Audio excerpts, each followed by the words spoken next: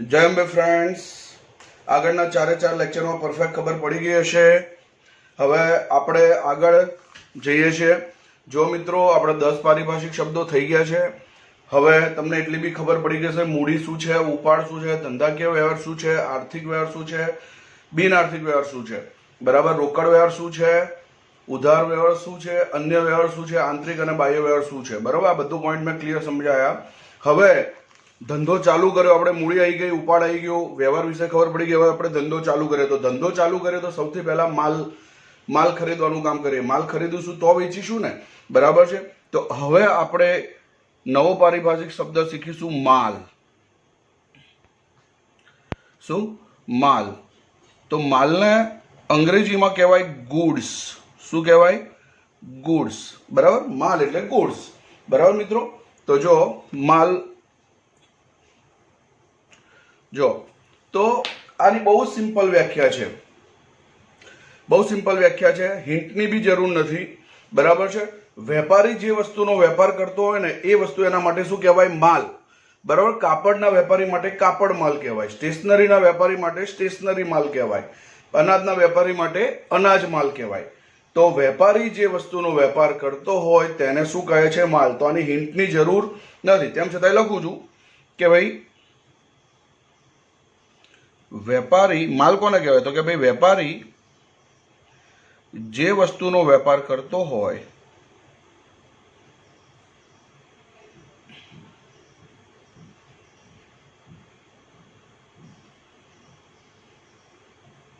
બરોબર. માલ કોને કહેવાય? પ્રશ્ન પૂછો, માલ કોને કહેવાય? તો કે વેપારી જે વસ્તુનો વેપાર કરતો હોય એ એના માટે માલ બને, બરોબર છે. યાદ રાખજો મિત્રો, વેપારી જે વસ્તુનો વેપાર કરતો હોય એના માટે શું બની જાય? માલ, બરોબર. કાપડના વેપારી માટે કાપડ માલ છે, અનાજના વેપારી માટે અનાજ માલ છે, બરાબર.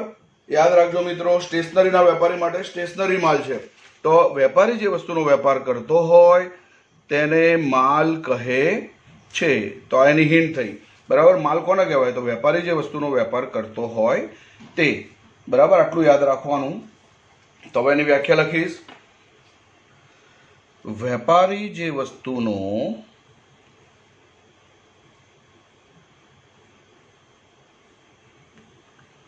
વેપાર કરતો હોય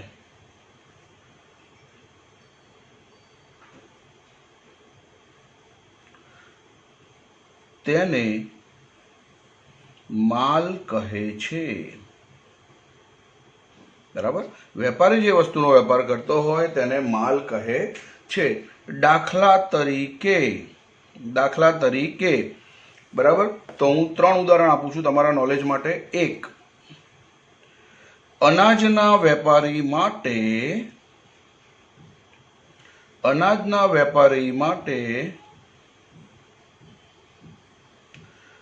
અનાજ એ માલ કહેવાય. અનાજ એ માલ કહેવાય. અનાજના વેપારી માટે અનાજ એ શું કહેવાય? માલ કહેવાય, બરોબર મિત્રો, રાઈટ. તો અનાજનો વેપારી હોય, અનાજ એના માટે માલ બની જાય. એ માલ ખરીદે અને માલ વેચે, બરાબર છે. કાપડના વેપારી માટે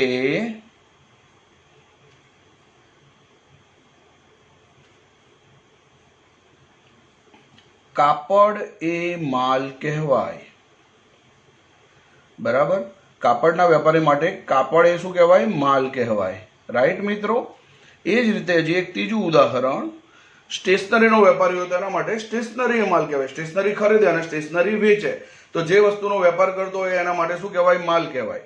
તો યાદ રાખજો મિત્રો, સ્ટેશનરીના વેપારી માટે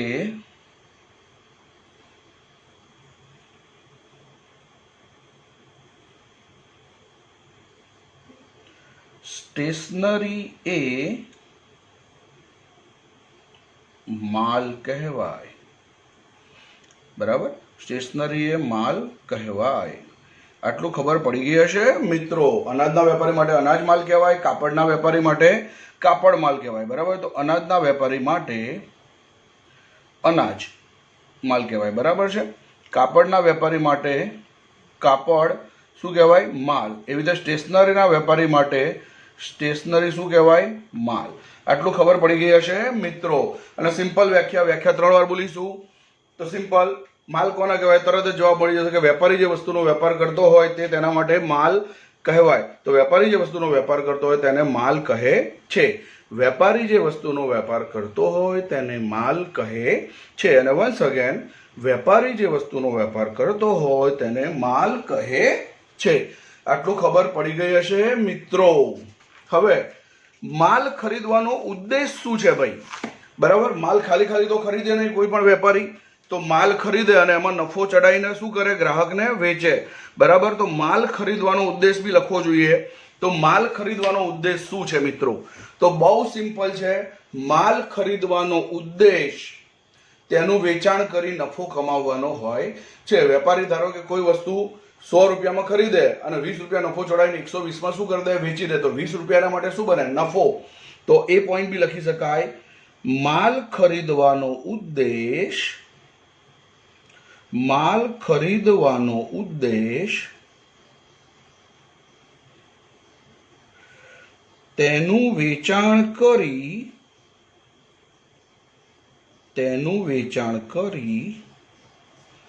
નફો કમાવવાનો હોય છે. તેનું વેચાણ કરી નફો કમાવવાનો હોય છે. બરાબર, કોઈ પણ વેપારી માલ કઈ દુકાનમાં મૂકી રાખો તો ખરીદે નહીં.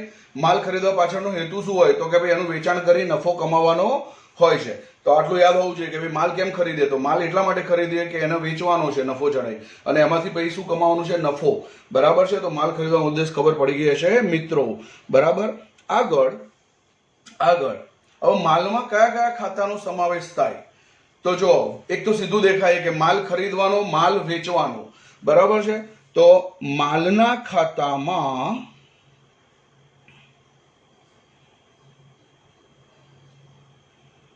માલને લગતા ખાતામાં, બરાબર, માલના ખાતામાં ખરીદ ખાતું, એક તો ખરીદી કરો એટલે ખરીદ ખાતું. પછી ખરીદી કરીને એનું શું કરો? વેચાણ. તો વેચાણ ખાતું. બરાબર, માલના ખાતામાં ખરીદ ખાતું, વેચાણ ખાતું, ખરીદ પરત ખાતું. મિત્રો, જો ખરીદેલો માલ નુકસાની વાળો આવ્યો હોય તો તમે રાખશો? તો જવાબ મળશે ના ભાઈ, એ તો અમે પાછું મોકલાય. તો એને શું કહેવાય? ખરીદ પરત. ખરીદેલો માલ પરત કરે એને કહેવાય ખરીદ પરત. તો માલના ખાતામાં ખરીદ ખાતું, વેચાણ ખાતું, ખરીદી કરીએ, વેચાણ કરીએ, ખરીદ પરત. ખરીદેલો માલ નુકસાની વાળો હોય તો પાછો મોકલાઈએ. એવી જ રીતે આપણે કોઈને માલ વેચ્યો અને નુકસાની વાળો હોય તો સામેવાળો વ્યક્તિ રાખશે ના, એ આપણને શું કરશે? પરત. તો માલના ખાતામાં ખરીદ ખાતું, વેચાણ ખાતું, ખરીદ પરત ખાતું, વેચાણ પરત ખાતું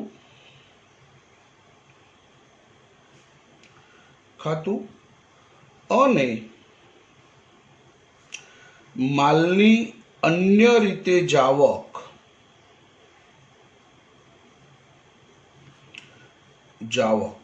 માલની અન્ય રીતે જાવક. મિત્રો, માલ ઘણી રીતે દુકાનમાં જતો હોય. ચોરાયા, માલ ચોરાઈ ગયો તો માલ ગયો, પૈસા મળવાના નથી. વરસાદ પડ્યો અને માલ પલળી ગયો એટલે નકામો થઈ ગયો. અકસ્માત થયો અને માલ નાશ પામ્યો. ધર્માદામાં તમે માલ આપ્યો. બરાબર છે. આ બધા માલની અન્ય રીતે જાવકના ઉદાહરણ છે. પછી માલિક અંગત વપરાશ માટે માલ ઘરે લઈ ગયો. તો આ માલ આપણે વેચ્યો નથી તેમ છતાંય દુકાનમાંથી ગયો, તો એને માલની અન્ય રીતે જાવકના ખાતા કહેવાય. તો માલના ખાતામાં ખરીદ ખાતું, વેચાણ ખાતું, ખરીદ પરત ખાતું, વેચાણ પરત ખાતું અને માલની અન્ય રીતે જાવકના ખાતા નો સમાવેશ થાય છે. આટલું ખબર પડી હશે મિત્રો. હવે હું તમારા નોલેજ માટે લખું છું કે માલની અન્ય રીતે જાવકના ખાતા. માલની અન્ય રીતે જાવકના ખાતા. ધંધામાં માલ આવે એનું કારણ છે ખરીદી, પણ ધંધામાંથી માલ જાય તો એનું પહેલું કારણ છે વેચાણ. માલ જાય ક્યારે? કે માલ વેચે ત્યારે. પણ એ સિવાય ઘણી બધી રીતે ધંધામાંથી માલ જતો હોય તો એના માલની અન્ય રીતે જાવકના ખાતા કહેવાય. તો હવે આપણે એ શીખીશું કે માલની અન્ય રીતે જાવકના ખાતા કયા કયા છે. આ તમારા નોલેજ માટે આટલું ડીપ લખવાની જરૂર હોતી નથી. તો એક, જો માલિકને ઘરે માલની જરૂર પડી, આપણે કરિયાણાના વેપારી છે, હવે માલિકે ઘરે તો ખાવાનું તો ખાતો હોય ને, તો દુકાનમાંથી એક બાજુની દુકાનમાંથી તો કરિયાણું ખરીદે નહીં, તો પોતાની દુકાનમાંથી કરિયાણું ઘરે લઈ ગયો તો એને ઉપાડથી ગયેલ માલ કહેવાય. માલિકે માલ ઉપાડ્યો અને ઘરે લઈ ગયો, તો માલ વેચ્યો નથી તેમ છતાંય ગયો. કેમ ગયો? તો માલિક ઘરે લઈ ગયો, એટલે એને શું કહેવાય? ઉપાડથી ગયેલ માલનું ખાતું. બરાબર, ઉપાડથી ગયેલ માલનું ખાતું. બરાબર, માલિક માલ ઘેર લઈ ગયો, વેચ્યો નથી, માલિક માલ ઘરે લઈ ગયો, તો ઉપાડથી માલ ગયો, ધંધામાંથી માલ ગયો, એ વેચ્યો નથી તેમ છતાંય ગયો. રાઈટ. બીજું, ચોર આયા દુકાનમાં, રાત્રે ચોર આયા અને માલ લઈ ગયા, તો કે પૈસા મૂકીને તો જવાના નથી, તો આપણે માલ વેચ્યો નથી તેમ છતાંય ગયો, તેને માલની અન્ય રીતે જાવક કહેવાય. બરાબર મિત્રો, તો ચોરાઈ ગયેલ માલનું ખાતું અથવા ચોરીથી ગયેલ માલનું ખાતું. બરાબર, ચોરાઈ ગયેલ માલનું ખાતું. રાઈટ. હા, નંબર 3. ચલો, રાત્રે આપણે શટલ પાડીને ઘેર ગયા અને કોઈ કારણસર શોર્ટ સર્કિટ થયું અને દુકાનમાં આગ લાગી અને બધો માલ બળી ગયો. તો માલ ગયો, દુકાનમાંથી માલ ગયો, રાખ થઈ ગયો, માલ આપણે વેચ્યો નથી તેમ છતાંય ગયો, એટલે વેચાણ સિવાય અન્ય રીતે માલ ગયો. તો આગમાં બળી ગયેલ માલનું ખાતું. આગમાં બળી ગયેલ માલનું ખાતું. રાખ તો વેચી શકાય નહીં ને, બરાબર, માલ ગયો પણ વેચ્યો નથી, તો આગમાં બળી ગયેલ માલનું ખાતું. જો ઉપાડથી ગયેલ માલ, માલ વેચ્યો નથી પણ માલિક ઘરે લઈ ગયો, એટલે એને ઉપાડથી ગયેલ માલ કહેવાય. ચોરાઈ ગયેલ માલ, ચોર માલ લઈ ગયો, પૈસા મૂકવાના નથી એટલે વેચ્યો ના કહેવાય, વેચાણ સિવાય અન્ય રીતે માલની જાવક કહેવાય. આગમાં માલ બળી ગયો, આગમાં માલ બળી ગયો અને રાખ થઈ ગયો. બરાબર છે, તો એ પણ માલની અન્ય રીતે જાવક કહેવાય. રાઈટ. નંબર 4, ધર્માદામાં આપેલ માલનું ખાતું. બરાબર, ધર્માદામાં આપેલ માલનું ખાતું. ધર્માદામાં આપેલ માલનું ખાતું. હવે પૂર આવ્યું, ધરતીકંપ આવ્યો, બરાબર છે, કોઈ વાવાઝોડું આવ્યું, તો આપણે માણસ છે, માણસાઈ હોવી જોઈએ, તો આપણે દુકાન લઈને બેઠા છીએ, બરાબર, અને આપણે ધર્માદામાં માલ આપ્યો, તો એ માલ આપણે વેચ્યો નથી, એ માલ આપણે વેચ્યો નથી, ધર્માદામાં આપ્યો, તો વેચાણ સિવાય માલ ગયો, તો એ પણ માલની અન્ય રીતે જાવક કહેવાય મિત્રો. બરાબર છે. ઉપાડથી ગયેલ માલનું ખાતું, ચોરાઈ ગયેલ માલનું ખાતું, આગમાં બળી ગયેલ માલનું ખાતું, ધર્માદામાં આપેલ માલનું ખાતું. તો આ બધા માલની અન્ય રીતે જાવકના ઉદાહરણ. હજી એક લખું છું તમારા નોલેજ માટે. બરાબર. હવે આપણે ઘઉંની સિઝન આવી, હવે ગ્રાહકો તો આવવાના કે ભાઈ તમારે ત્યાં ઘઉં લાવ્યા છો, તો કે હા ભાઈ, બરાબર, તો કે નમૂનો આપો. તો હવે નમૂનો, કેટલાય બધા લોકોને નમૂનો આપીએ, જાહેરાત તો કરવી પડે ને માલની. બરાબર, તો નમૂનાના કોઈ પૈસા આપતો નથી, તો નમૂના તરીકે માલ આપીએ આપણે, જાહેરાતના ઉદ્દેશથી આપીએ, બરાબર, પણ બદલામાં પૈસા મળતા નથી, તો એ માલ વેચો કહેવાય નહીં, જાહેરાતના હેતુથી આપ્યો કહેવાય. તો નમૂના તરીકે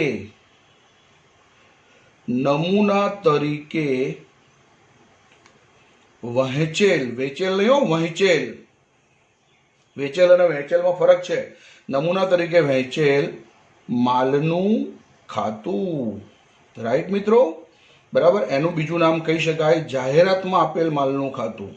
જાહેરાત કરવાના ઉદ્દેશથી માલ આપ્યો ને, વેચ્યો નથી, જાહેરાતના ઉદ્દેશથી આપ્યો.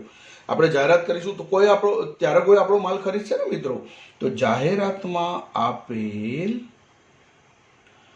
માલનું ખાતું. બરાબર મિત્રો. આ ઉપરાંત ઘણા બધા છે. પૂરમાં તણાઈ ગયેલ માલનું ખાતું, બરાબર છે, અકસ્માતમાં નાશ પામેલ માલનું ખાતું, આપણે માલ વેચ્યો નથી તેમ છતાંય ગયો, લખી દઉં છું તમારા માટે. 6, પૂરમાં તણાઈ ગયેલ માલનું ખાતું. પૂર આવ્યું અને માલ તણાઈ ગયો, તો માલ વેચ્યો નથી તેમ છતાંય ગયો, પૂરમાં તણાઈ ગયેલ માલનું ખાતું. એ ઉપરાંત અકસ્માત થયો અને માલ નાશ પામ્યો, બરાબર, એટલે માલ વેચ્યો નથી તેમ છતાંય માલ ગયો, બરાબર છે, તો અકસ્માતમાં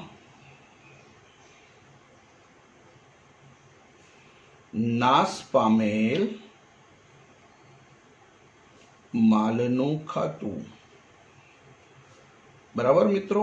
તો આ બધા માલની અન્ય રીતે જાવકના ઉદાહરણ છે. વેચાણ સિવાય અન્ય રીતે માલ ધંધામાંથી જાય તો આ બધા એના કારણો છે કે ભાઈ માલિક ઘર માટે માલ લઈ ગયો તો માલ ગયો, વેચ્યો ના કહેવાય, બરાબર છે, તો અન્ય રીતે જાવક થઈ.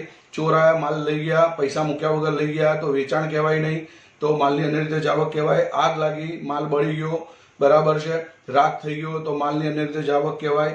ધર્માદામાં માલ આપ્યો તો બદલામાં પૈસા મળવાના નથી, તો એ બી માલની અન્ય રીતે જાવક કહેવાય. નમૂના તરીકે માલ આપ્યો કોઈ નમૂનો લેવા આવ્યો તો નમૂનો તો આપવો પડે ને, તો નમૂના તરીકે માલ આપ્યો તો એ વેચાણ ના કહેવાય, એના બદલામાં પૈસા મળવાના નથી, જાહેરાતના ઉદ્દેશથી માલ આપ્યો. પૂરમાં તણાઈ ગયો માલ તો બી માલ ગયો, અકસ્માતમાં નાશ પામે તો પણ માલ ગયો. તો માલની અંદર તો જાવકના બધા ઉદાહરણો છે, બરાબર. તો માલના ખાતામાં ખરીદ ખાતું, ખરીદી કોની કરો? માલની. વેચાણ કોનું કરો? માલનું. તો માલના ખાતામાં ખરીદ ખાતું, વેચાણ ખાતું. ખરીદેલો માલ નુકસાનીવાળો હોય તો ખરીદેલો માલ પાછો મોકલાઈએ. એ જ રીતે આપણે વેચ્યો હોય માલ અને નુકસાનીવાળો હોય તો સામેવાળી વ્યક્તિ પાછો મોકલાવે, એને વેચાણ પરત કહેવાય, બરાબર. તો માલના ખાતામાં ખરીદ ખાતું, વેચાણ ખાતું, ખરીદ પરત ખાતું, વેચાણ પરત ખાતું અને માલની અન્ય રીતે જાવકના ખાતાનો સમાવેશ થાય છે. જો મેં એકદમ ડીપમાં તમને શીખવાડ્યું છે. તો હવે ચલો, આખું માલનો પોઈન્ટ ક્લિયર થઈ ગયો હશે તમારા. માલનો પારિભાષિક શબ્દ એકદમ મોડે થઈ ગયો હશે કે ભાઈ માલ એટલે શું? તો સિમ્પલ, વેપારી જે વસ્તુનો વેપાર કરતો હોય તે એના માટે માલ કહેવાય, બરાબર. તો એની વ્યાખ્યા, વેપારી જે વસ્તુનો વેપાર કરતો હોય તેને માલ કહે છે. એના ઉદાહરણ, અનાજના વેપારી માટે અનાજ માલ છે, કાપડના વેપારી માટે કાપડ માલ છે, સ્ટેશનરીના વેપારી માટે સ્ટેશનરી માલ છે, બરાબર. માલ ખરીદવાનો ઉદ્દેશ શું છે? તો બુદ્ધિથી વિચારો. માલ ખાલી ખાલી તો ના ખરીદે, તો માલ ખરીદવાનો ઉદ્દેશ તેનું વેચાણ કરી નફો કમાવાનો હોય છે. અને માલના ખાતામાં કયા કયા ખાતાનો સમાવેશ થાય છે? તો ખરીદ ખાતું, વેચાણ ખાતું, ખરીદ પરત ખાતું, વેચાણ પરત ખાતું અને માલની અન્ય રીતે જાવકના ખાતાનો સમાવેશ થાય છે. તો આટલું ક્લિયર ખબર પડી ગઈ હશે મિત્રો, રાઈટ. તો હું હવે આગળના પારિભાષિક શબ્દ તરફ જઉં છું. હવે માલ ખરીદો, બરાબર છે. તો 11 પછી નંબર 12. હવે આપણે ખરીદી લઈએ, બરાબર. ખરીદી, બરાબર. ચલો, તો ખરીદીને ઇંગ્લિશમાં કહેવાય પરચેસ. શું કહેવાય? પરચેસ. PURCHASE, purchase. ખરીદી કરીએ, માલ ખરીદવો પડે ને, બરાબર છે. તો બહુ સિમ્પલ વ્યાખ્યા, બરાબર. હવે મને એમ કહો, માલ કોને કહેવાય? તો કે ભાઈ વેપારી જે વસ્તુનો વેપાર કરતો હોય એને, બરાબર. તો પહેલા એ લખી દો કે ભાઈ માલ એટલે શું? તો કે વેપારી જે વસ્તુનો વેપાર કરતો હોય તે માલ, બરાબર. તેનો માલ કહેવાય. તો વેપારી જે વસ્તુનો વેપાર કરતો હોય તે માલ, બરાબર. તો પહેલા તો ખરીદી કોની કરવાની? તો કે ભાઈ માલની. તો માલ કોને કહેવાય? પહેલો પ્રશ્ન, માલ કોને? તો કે વેપારી જે વસ્તુનો વેપાર કરતો હોય તે માલ, બરાબર. તે એને માલ કહેવાય. તો વેપારી જે વસ્તુનો વેપાર કરતો હોય તે માલ. હવે માલ બે રીતે ખરીદી શકાય. રોકડેથી બી ખરીદી શકાય અથવા ઉધારથી બી ખરીદી શકાય. તાત્કાલિક પૈસા આપી દો તો રોકડ વ્યવહાર કહેવાય, ભવિષ્યમાં નાણાં ચૂકવો તો ઉધાર વ્યવહાર કહેવાય. તો વેપારી જે વસ્તુનો વેપાર કરતો હોય તે માલ, બરાબર. ખરીદી કોની થાય? માલની. તો વેપારી માલ કોને કહેવાય? તો કે ભાઈ વેપારી જે વસ્તુનો વેપાર કરતો હોય તે માલ કહેવાય. એટલે મેં લખી નાખ્યું, વેપારી જે વસ્તુનો વેપાર કરતો હોય તે માલ રોકડેથી કે શાખ પર કેવી રીતે મેળવે? તો રોકડેથી કે શાખ એટલે કે ઉધાર પર મેળવે, બરાબર. તો તેને ખરીદી કહે છે. વેરી સિમ્પલ વ્યાખ્યા. પહેલા તો મને એમ કહો, ખરીદી કે વેચાણની વ્યાખ્યા આવે ને તમારે માલ કોને કહેવાય પહેલા લખવું પડે. તો માલ કોને કહેવાય? તો સિમ્પલ, પહેલો પ્રશ્ન કે માલ કોને કહેવાય? તો કે વેપારી જે વસ્તુનો વેપાર કરતો હોય તેને માલ કહેવાય. એટલે પહેલા એ લખી દીધું, વેપારી જે વસ્તુનો વેપાર કરતો તે માલ, બરાબર. હવે કેવી રીતે મેળવે? તો કે ભાઈ રોકડેથી અથવા તો ઉધાર પર એટલે કે શાખ પર. તાત્કાલિક નાણાં ચૂકવા તો રોકડેથી કહેવાય, અને ભવિષ્યમાં નાણાં ચૂકવવાના હોય, માલ લઈ લીધો પણ ભવિષ્યમાં નાણાં ચૂકવવાના તો એને કેવો કહેવાય? શાખનો વ્યવહાર એટલે કે ઉધાર વ્યવહાર. તો આની વ્યાખ્યા બની ગઈ. વેપારી જે વસ્તુનો વેપાર કરતો હોય તે માલ રોકડેથી કે શાખ પર મેળવે, બરાબર. રોકડેથી કે શાખ પર મેળવે તો તેને ખરીદી કહે છે, બરાબર. વેરી સિમ્પલ વ્યાખ્યા. પહેલા માલ એટલે શું એ પહેલા સમજાવવું જ પડે. ખરીદીની વ્યાખ્યા પહેલા તો કે ભાઈ વેપારી જે વસ્તુનો વેપાર કરતો હોય એને માલ કહેવાય, અને એ રોકડેથી કે શાખ પર મેળવે તો એને શું કહેવાય? ખરીદી. બહુ સિમ્પલ વ્યાખ્યા છે, બરોબર મિત્રો. તો આની વ્યાખ્યા જો, ચલો. તો આનો ભાઈ પહેલા તો ખરીદી કે વેચાણ કોનું થાય? માલનું. એ ખબર, એટલે માલ એટલે શું એ પહેલા સમજાવવું પડે. તો આપણે વેપારી જે વસ્તુનો વેપાર કરતો હોય, વેપારી જે વસ્તુનો વેપાર કરતો હોય તે માલ, બરાબર. ધારો કે સ્ટેશનરીનો વેપાર કરતો હોય તો સ્ટેશનરી રોકડેથી અથવા તો ઉધાર પર મેળવે તો એને ખરીદી કહેવાય. અનાજનો વેપાર હોય તો એ અનાજ રોકડેથી કે શાક પર મેળવે તો એને શું કહેવાય? ખરીદી કહેવાય. વેપારી જે વસ્તુનો વેપાર કરતો હોય તે માલ રોકડેથી કે શાખ પર શાક એટલે ઉધાર, બરાબર. શાક એટલે ઉધાર. મેળવે તો તેને ખરીદી કહે છે, બરાબર. સિમ્પલ એકદમ કે ભાઈ માલ ખરીદી કે વેચાણ કોનું થાય તો કે માલનું, અને માલ એટલે શું તો કે વેપારી જે વસ્તુનો વેપાર કરતો હોય એને માલ કહેવાય, અને રોકડેથી કે શાક પર મેળવે તો એને શું કહેવાય? ખરીદી. તો આ બધી કનેક્ટેડ વ્યાખ્યાઓ છે, બરાબર છે. આટલું ખબર પડી ગઈ હશે મિત્રો, અને આમાં બહુ લાંબુ કરી શકાય એવું હોતું નથી. તો આપણે એક શબ્દ બીજો એડ કરી દેવાનો કે ખરીદીને અંગ્રેજીમાં જ્યારે લાગે કે વ્યાખ્યા બહુ નાની બની છે અને હજી એમાં થોડું લખવું છે, તો ખરીદીને અંગ્રેજીમાં પરચેસ કહે છે, બરાબર છે. ખરીદીને અંગ્રેજીમાં શું કહે છે? પરચેસ કહે છે. આટલું ખબર પડી ગઈ હશે મિત્રો. તો ખરીદીની વ્યાખ્યા એકદમ સિમ્પલ હતી કે ભાઈ ખરીદી કોની થાય તો કે માલની. માલ એટલે શું? બરાબર. પહેલો પ્રશ્ન, માલ એટલે શું? કે વેપારી જે વસ્તુનો વેપાર કરતો એને માલ કહેવાય, અને આ માલ રોકડેથી અથવા તો શાક પર એટલે કે ઉધાર મેળવે તો એને ખરીદી કહેવાય, અને આપે તો એને શું કહેવાય? વેચાણ કહેવાય. સિમ્પલ વ્યાખ્યા છે. તો વેચાણની વ્યાખ્યા આના ઉપરથી જ બની જશે. અહીંયા મેળવે તો ખરીદી અને આપે તો વેચાણ, બરોબર. તો ચલો આટલું ક્લિયર થઈ ગયું છે મિત્રો, બરાબર. હવે ધ્યાન આપશો. આગળ નંબર 13 વેચાણ. તો વેચાણને અંગ્રેજીમાં કહેવાય સેલ્સ. શું કહેવાય? સેલ્સ. સેલ્સ એટલે વેચાણ, બરાબર મિત્રો. પરચેસ એટલે ખરીદી અને સેલ્સ એટલે વેચાણ. હવે આ તો આના ઉપરથી જ બની જાય. મેળવે તો ખરીદી અને આપે તો વેચાણ. તો જો પહેલા તો મને એમ કહો, વેચાણ કોનું થાય તો કે ભાઈ માલનું. વેચાણ કોનું થાય તો કે માલનું. તો કે માલ એટલે શું? પહેલો પ્રશ્ન, માલ એટલે શું એ લખવું પડે. તો વેપારી જે વસ્તુનો વેપાર કરતો હોય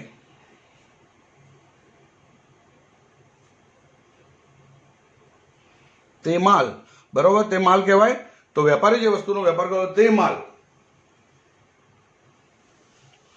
રોકડેથી કે શાક પર, રોકડેથી કે શાક પર કોને આપે તો કે ભાઈ ગ્રાહકને. રોકડેથી કે શાક પર ગ્રાહકને આપે, બરાબર. વેપારી જે વસ્તુનો વેપાર કરતો હોય તે માલ કહેવાય, બરોબર. અને રોકડેથી કે શાક પર ગ્રાહકને આપે. જો તાત્કાલિક રોકડા લઈને માલ આપે, અથવા તો એમ કે ભાઈ ચાલ તું માલ લઈ જા અને ભવિષ્યમાં નાણાં આપજે, બરાબર છે. તો એને શાકનો વ્યવહાર કરે. શાક એટલે ઉધાર. તો એને શું કહેવાય? વેચાણ કહેવાય. શું કહેવાય? વેચાણ. તો વેપારી જે વસ્તુનો વેપાર કરતો હોય તે માલ રોકડેથી કે શાક પર ગ્રાહકને આપે તો એને શું કહેવાય? વેચાણ, બરાબર મિત્રો. આટલું ખબર પડી ગઈ હશે, બરોબર. તો જો સિમ્પલ એટલે તમારે ખરીદી વેચાણ, એની પહેલા ખરીદી કે વેચાણ કોનો કરો તો કે ભાઈ માલનું. તે એક્સપ્લેન કરવું પડે કે વેપારી જે વસ્તુનો વેપાર કરતો હોય તે માલ કહેવાય, અને રોકડેથી શાક પર મેળવે તો ખરીદી, અને રોકડેથી શાક પર ગ્રાહકને આપે તો એને શું કહેવાય? વેચાણ. એકદમ ઇઝી વ્યાખ્યા છે, બરોબર છે. તો ચલો આટલું ક્લિયરલી ખબર પડી ગઈ હશે મિત્રો, બરાબર. આને આપણે વ્યાખ્યામાં કન્વર્ટ કરી દઈએ. આ જ લખવાનું છે. તો પહેલા તો વેપારી જે વસ્તુનો વેપાર કરતો હોય, વેપારી જે વસ્તુનો વેપાર કરતો હોય, બરાબર, તે માલ રોકડેથી કે શાક પર, શાક એટલે ઉધાર, રોકડેથી કે શાક પર ગ્રાહકને આપે, બરાબર. ગ્રાહકને આપે તો તેને વેચાણ કહે છે. તો તેને વેચાણ કહે છે. સિમ્પલ. વેપારી જે વસ્તુનો વેપાર કરતો હોય તે માલ રોકડેથી કે શાક પર ગ્રાહકને આપે તો એને વેચાણ કહે છે. હવે આની વ્યાખ્યા લંબાવી શક્ય નથી, તો અહીંયા એક બીજો પોઈન્ટ લખી નાખવાનો કે વેચાણને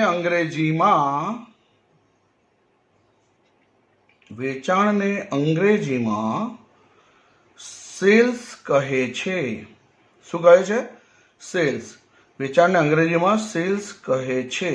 આટલું ખબર પડી ગઈ હશે મિત્રો. અહીંયા પરચેસ અને ત્યાં સેલ્સ, અને મેળવે તો ખરીદી, આપે તો વેચાણ. તો જો કનેક્ટેડ વ્યાખ્યા છે. માલ, માલ વેપારી જે વસ્તુનો વેપાર હોય એને માલ કહે છે. પછી ખરીદી, વેપારી જે વસ્તુનો વેપાર કરતો હોય તે માલ રોકડેથી કે શાક પર મેળવે તો એને શું કહે છે? ખરીદી. અને વેચાણ, વેપારી જે વસ્તુનો વેપાર કરતો હોય તે માલ રોકડેથી કે શાક પર ગ્રાહકને આપે તો એને વેચાણ કહે છે. Very simple. ચલો આટલું ખબર પડી ગઈ હશે મિત્રો. બરાબર, રાઈટ. તો હવે ધ્યાન આપશો, હું આગળના પારિભાષિક શબ્દ તરીકે જઉં છું. હવે નંબર 13, સ્ટોક.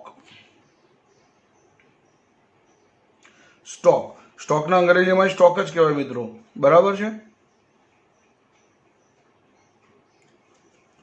સ્ટોક એને અંગ્રેજીમાં બી સ્ટોક જ કહેવાય.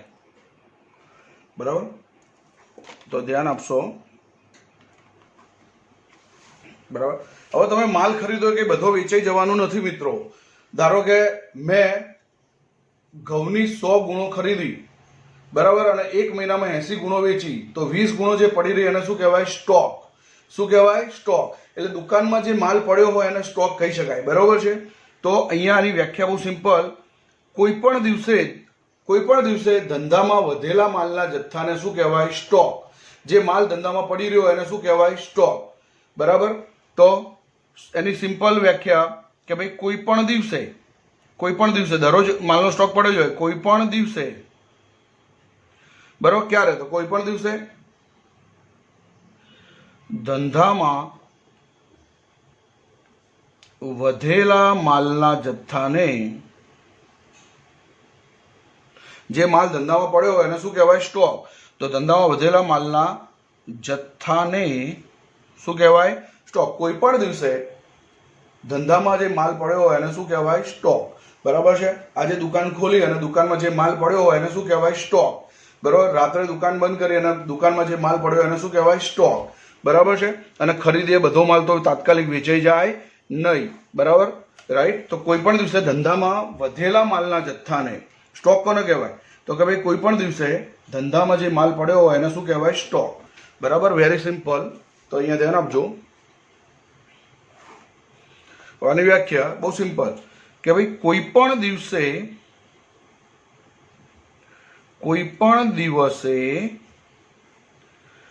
ધંધામાં વધેલા માલના જથ્થાને, જે માલ પડ્યો હોય ધંધામાં, બરાબર, એને શું કહેવાય? સ્ટોક. તો કોઈ પણ દિવસે ધંધામાં વધેલા માલના જથ્થાને સ્ટોક કહે છે. શું કહે છે? સ્ટોક. બરાબર. કોઈ પણ દિવસે ધંધામાં જે માલ પડ્યો હોય એને શું કહેવાય? સ્ટોક. બરાબર.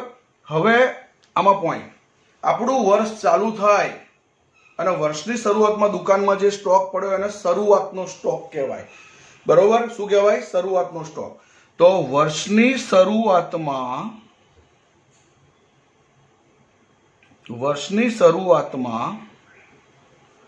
હાથ પર એટલે દુકાનમાં, પગ પર, હાથ પર એવું નહીં લખવાનું. હાથ પર એટલે દુકાનમાં. તો વર્ષની શરૂઆતમાં હાથ પર માલનો જે સ્ટોક હોય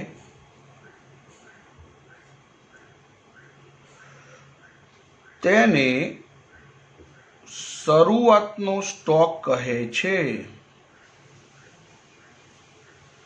તેને શરૂઆતનો સ્ટોક, એને ઇંગ્લિશમાં કહીએ તો ઓપનિંગ સ્ટોક. કેવો સ્ટોક? Opening stock. બરાબર મિત્રો. વર્ષની શરૂઆતમાં હાથ પર માલનો જે સ્ટોક હોય તેને શરૂઆતનો સ્ટોક કહે છે. બરાબર. વર્ષ ચાલુ થાય ને આપણી દુકાનમાં જે માલ પડ્યો હોય, બરાબર છે, એને કયો સ્ટોક કહેવાય? શરૂઆતનો. ઇંગ્લિશમાં એને શું કહેવાય? Opening stock.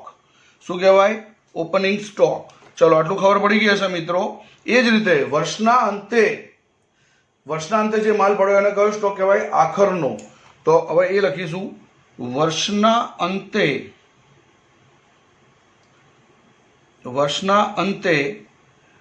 હાથ પર માલનો જે સ્ટોક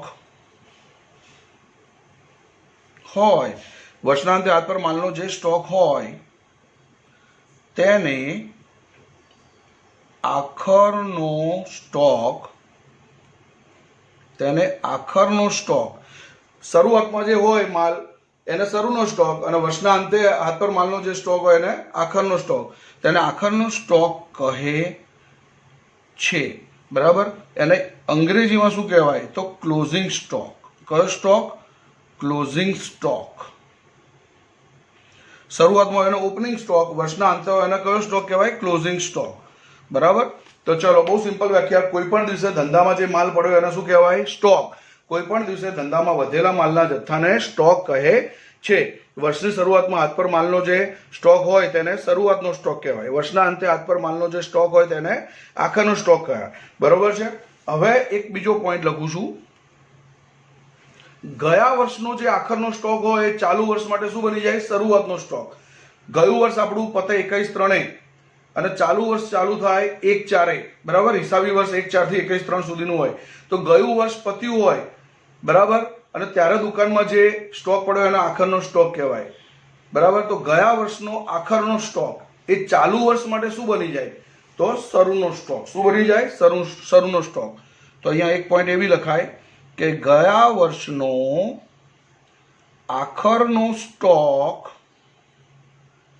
ગયા વર્ષનો જે આખરનો સ્ટોક હોય, ગયા વર્ષનો આખરનો સ્ટોક એ ચાલુ વર્ષ માટે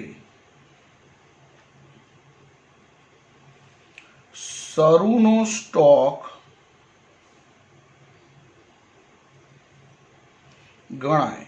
બરાબર. ગયા વર્ષના અંતે દુકાનમાં જે માલ પડ્યો હોય એ ગયા વર્ષ માટે આખરનો સ્ટોક કહેવાય, પણ ચાલુ વર્ષ માટે શું કહેવાય? શરૂનો સ્ટોક. તો ગયા વર્ષનો આખરનો સ્ટોક એ ચાલુ વર્ષ માટે શરૂનો સ્ટોક ગણાય. તો મેં સ્ટોકની વ્યાખ્યા એકદમ ડિટેલમાં ભણાવવાની તમને કોશિશ કરી. તમને ખબર પડી ગઈ હશે મિત્રો. દુકાનમાં જે માલ પડ્યો એને શોર્ટમાં કહીએ તો સ્ટોક કહેવાય. તો કોઈ પણ દિવસે ધંધામાં વધેલા માલના જથ્થાને સ્ટોક કહે છે. વર્ષની શરૂઆતમાં હાથ પર માલનો જે સ્ટોક પડ્યો એને શું કહેવાય? બરાબર. શરૂનો સ્ટોક. વર્ષના અંતે હાથ પર માલનો જે સ્ટોક પડ્યો એને કેવો કે સ્ટોક કહેવાય? આખરનો. અંગ્રેજીમાં શરૂના સ્ટોકને ઓપનિંગ સ્ટોક અને અંગ્રેજીમાં આખરના સ્ટોકને ક્લોઝિંગ સ્ટોક કહેવાય. બરાબર. અને ગયા વર્ષનો આખરનો સ્ટોક એ ચાલુ વર્ષ માટે શું કહેવાય? શરૂઆતનો સ્ટોક. તો ચલો, આ ચારે ચાર પારિભાષિક શબ્દો તમારા મગજમાં ઉતરી ગયા હશે. વેપારી જે વસ્તુનો વેપાર કરતો હોય તે એના માટે માલ કહેવાય.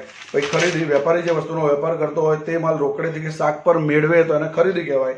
વેપારી જે વસ્તુનો વેપાર કરતો તે માલ રોકડેથી કે શાક પર ગ્રાહકને આપે તો એને વેચાણ કહેવાય. અને દુકાનમાં જે માલ પડ્યો એને શું કહેવાય? સ્ટોક. એટલે કોઈ પણ દિવસે ધંધામાં વધેલા માલના જથ્થાને સ્ટોક કહે છે. તો આ બધી તમને ખબર પડી ગઈ હશે મિત્રો. એ રીતે માલની વેચાણ સિવાય માલની અન્ય રીતે જાવકના ખાતા પણ ખબર પડી ગઈ હશે. તો આજનો લેક્ચર મેં બહુ ઓનેસ્ટલી ભણાવવાનો પ્રયત્ન કર્યો છે. તેમ છતાંય કોઈ ક્ષતિ રહી ગઈ તો ક્ષમા કરશો. બરાબર. ના ખબર પડે તો મને વોટ્સઅપ કરી શકો છો, વિડીયો કોલ કરી શકો છો, ફોન કરીને પણ પૂછી શકો છો. વિડીયો ગમે તો લાઈક કરો, શેર કરો, સબસ્ક્રાઈબ કરો. જય અંબે, જય શ્રી કૃષ્ણ, જય ભારત.